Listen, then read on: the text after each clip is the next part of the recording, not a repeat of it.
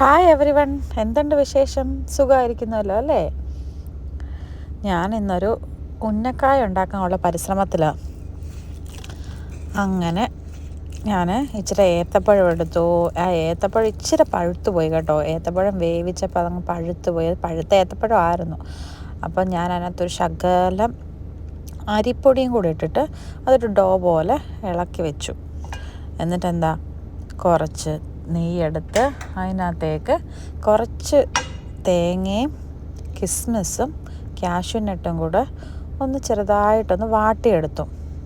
ഇതിൻ്റെ ഫില്ലിങ്സിന് വേണ്ടിയാണ് കേട്ടോ. ഞാനിതൊന്നും പറഞ്ഞു തരണ്ടെന്നറിയാം, നിങ്ങൾക്കൊക്കെ ഇതുണ്ടാക്കാൻ അറിയാമായിരിക്കും അല്ലേ.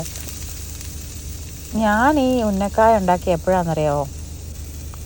ഈ നമ്മളൊക്കെ പരീക്ഷണങ്ങളൊക്കെ ചെയ്യത്തില്ലേ, അങ്ങനെ ടേസ്റ്റ് ടൈം കണ്ട് ഒരു തവണ പരീക്ഷിച്ച് നോക്കിയതാണ്. അങ്ങനെയാണ് ഞാൻ ആദ്യമായിട്ട് ഈ ഉന്നക്കായ ഉണ്ടാക്കുന്നത്. ഏതോ ഒരു ആക്ട്രസ്സാണ് ഇത് കാണിച്ചത്. അപ്പോൾ അവരന്ന് അതിനകത്ത് പറയുന്നുണ്ടായിരുന്നു, ഏത്തപ്പഴത്തിനകത്ത് ശകലം അരിപ്പൊടി ചേർത്താൽ മതി, ഇൻ കേസ് നമ്മുടെ ഏത്തപ്പഴം ഒന്നും പഴുത്ത് പോയിട്ടുണ്ടെങ്കിലൊന്ന്. അങ്ങനെ അത് ഞാനിപ്പോൾ ഓർത്തെടുത്തുണ്ടാക്കുക കേട്ടോ. അപ്പം അരുണിനും മോനും ഒക്കെ കൊടുക്കാൻ വേണ്ടി ഒരു 4 മണി പലഹാരം വേണമല്ലോ. അപ്പം അതിനു വേണ്ടി ഉണ്ടാക്കിയതാണ് ഞാനിത്. അങ്ങനെ എൻ്റെ ഫില്ലിങ്സൊക്കെ റെഡിയായിട്ട് ഓരോ ഉരുളകളായിട്ട് നമ്മുടെ ഏത്തപ്പഴത്തിൻ്റെ ആ മിക്സ്, നമ്മുടെ ഡോ ഉണ്ടല്ലോ, അതങ്ങനെ അങ്ങോട്ട് എടുത്തു.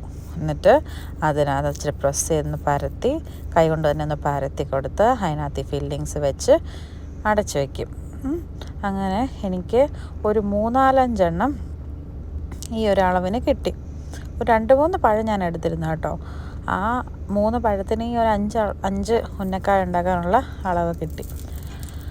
അത് കഴിഞ്ഞിട്ട് ഞാൻ ഇച്ചിരി നെയ്യിൽ ഇതൊന്ന് ചെറുതായിട്ട് തിരിച്ചും മറിച്ചും ഇട്ട് ഒന്ന് ഷാലോ ഫ്രൈ ചെയ്തെടുക്കുക. പണ്ട് ഞാൻ ഈ ഉന്നക്കായ ഉണ്ടാക്കിയപ്പം എൻ്റെ അമ്മയ്ക്കും അനിയത്തിക്കൊക്കെ ഒത്തിരി ഇഷ്ടപ്പെട്ടു കേട്ടോ. അച്ഛൻ ഇവിടെ ഇല്ലായിരുന്നു, അതുകൊണ്ട് അച്ഛന് ഞാൻ കൊടുത്തിട്ടില്ലെന്ന് തോന്നിയത്. അനിയത്തിയും അമ്മയും അത് കഴിച്ചു, അവർക്ക് നന്നായിട്ട് ഇഷ്ടപ്പെട്ടു. അതിന് ശേഷം ഞാൻ ഇങ്ങനെ ഇടയ്ക്കിടയ്ക്ക് ഉണ്ടാക്കും. പക്ഷേ ഈ ഉന്നക്കായേക്കാളും ഞാൻ ഏത്തക്കാപ്പം ഉണ്ടല്ലോ, നമ്മുടെ പഴംപൊരി, അതുണ്ടാക്കാനാണ് എക്സ്പേർട്ട് കേട്ടോ. അപ്പം ഞാൻ കഴിവതും എക്സ്പേർട്ട് മാത്രമല്ല, അതാണല്ലോ ഇച്ചിരി കൂടെ എളുപ്പപ്പണി.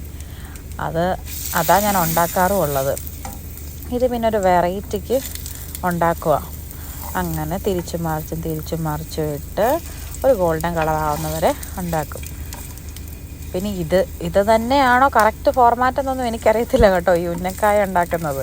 പിന്നെ എനിക്കറിയാവുന്ന രീതിയിൽ ഞാനങ്ങ് ഉണ്ടാക്കുക.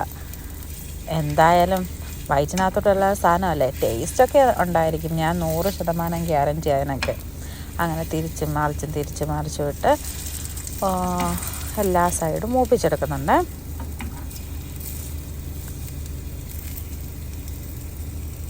പിന്നെ എന്തുണ്ട് വിശേഷം എല്ലാവർക്കും? നിങ്ങളൊക്കെ ഇങ്ങനെ 4 മണിക്ക് ഇതുപോലെ പലഹാരങ്ങളൊക്കെ ഉണ്ടാക്കാറുണ്ടോ? ഞാനിതുപോലത്തെ പലഹാരങ്ങളൊക്കെ തട്ടിക്കൂട്ടി ഉണ്ടാക്കും. 4 മണി എങ്ങനെയും ഒന്ന് കഴിയണമല്ലോ.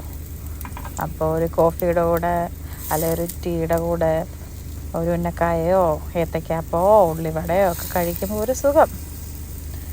അങ്ങനെ ഞാൻ തിരിച്ച് മറിച്ചു വിട്ടപ്പോഴാണ് അതിൻ്റെ എല്ലാ ഭാഗവും ആണമല്ലോ.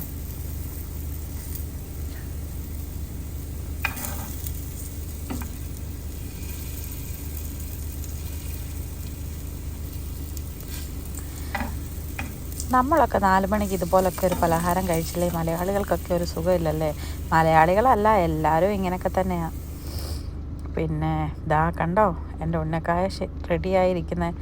നല്ല സ്വാദിഷ്ടമായ ഉന്നക്കായാണ് കേട്ടോ. എൻ്റെ ഹസ്ബൻഡിനും മോനും ഒക്കെ നന്നായിട്ട് ഇഷ്ടപ്പെട്ടു. എല്ലാവരും ട്രൈ ചെയ്യണം കേട്ടോ. ബൈ.